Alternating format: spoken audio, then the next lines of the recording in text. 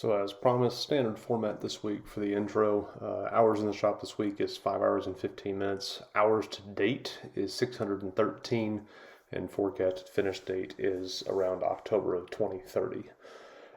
This week's objectives for me were to get the aileron rigging installed for both wings. I did have that problem with the stripped out screw head on the left tank, and I got at least the screw head removed, but I still got to figure out how to get the rest of the threading out. I think I'm going to do that from the bottom side of the wing.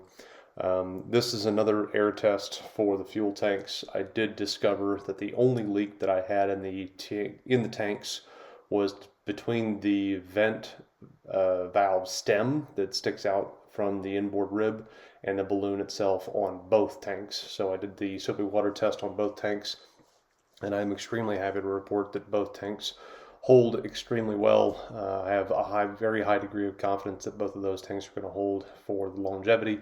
And I spent a little bit of time on Aircraft Spruce ordering some caps for all 6 of the stems that I have sticking out.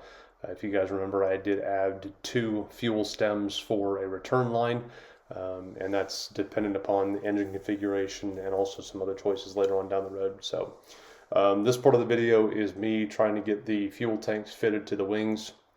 After getting everything situated, I discovered that there was a little bit of an overlap between the forward leading edge and the top skin.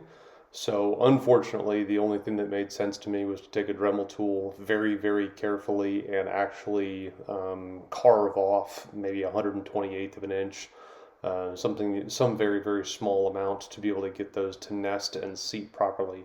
So I was able to do that. It was a painstaking process, but it did work out. And I got those fitted up on both the left tank and the right tank.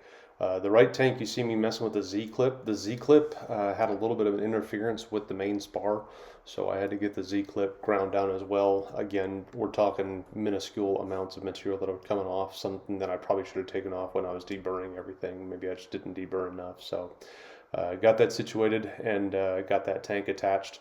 Same thing with the right tank, with taking off just a little tiny bit of material to make sure that it would nest neatly with the top skin, and then get that flipped back over once I was done with all the fitting, and get all of the torque tubes and bell crank assemblies at least initially installed. The left tank has been tweaked to try to get as close to the adjustment as the instructions say, but the right tank, I just got everything installed and looked at it and decided that that was about the end of my week.